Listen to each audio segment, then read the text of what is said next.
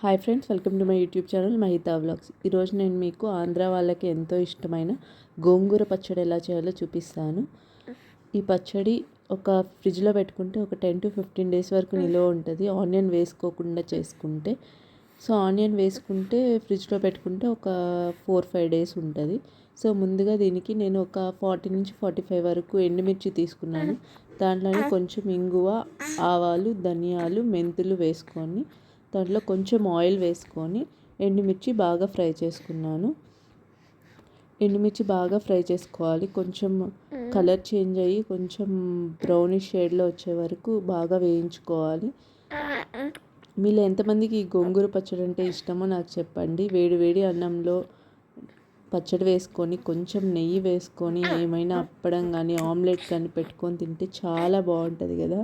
మీలో ఎంతమందికి ఇష్టమో నాకు కమెంట్ చేయండి. సో ఇలా ఎండుమిర్చి బాగా వేగిపోయాక పక్కన తీసుకొని చల్లార్చుకోండి. తర్వాత అదే బాండట్లో కొంచెం ఆయిల్ వేసుకొని ముందుగా అన్ని నీట్గా క్లీన్ చేసుకున్న గోంగూర ఉంటుంది కదా, అది వేసుకోండి. దీంట్లో ఎక్కువ వాటర్ కంటెంట్ ఉంటుంది కాబట్టి వాటర్ ఏం అవసరం లేదు, లైట్గా ఆయిల్లో ఫ్రై చేసుకోండి. సో ఈలోపు ఆకు ఉడుకుతుంటుంది. మనం మిరపకాయలని మిక్సీకి వేసుకోవాలి. దాంట్లోనే నేను ఒక 4 స్పూన్స్ కల్లుప్పు వేసుకున్నాను. పచ్చళ్ళలో కల్లుప్పు వేసుకోవడం వల్ల టేస్ట్ బాగుంటుంది. సో ఉప్పు వేసుకొని మిరపకాయలన్నిటిని మెత్తగా మిక్సీ పట్టుకోండి. మరీ మెత్తగా కాదు, బరకగా పట్టుకోండి, అప్పుడే టేస్ట్ బాగుంటుంది పచ్చళ్ళలో.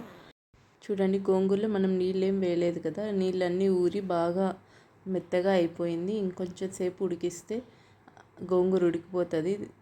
చూడండి, ఇలా బాగా ఉడికిపోయాక దాన్ని మనం చల్లార్చుకొని దాన్ని కూడా మనం కారం పట్టించుకున్న దాంట్లోనే వేసుకొని ఒకసారి మిక్సీకి వేసుకుంటే సరిపోతుంది, ఎందుకంటే ఆల్రెడీ మెత్తగా ఉడికిపోయింది.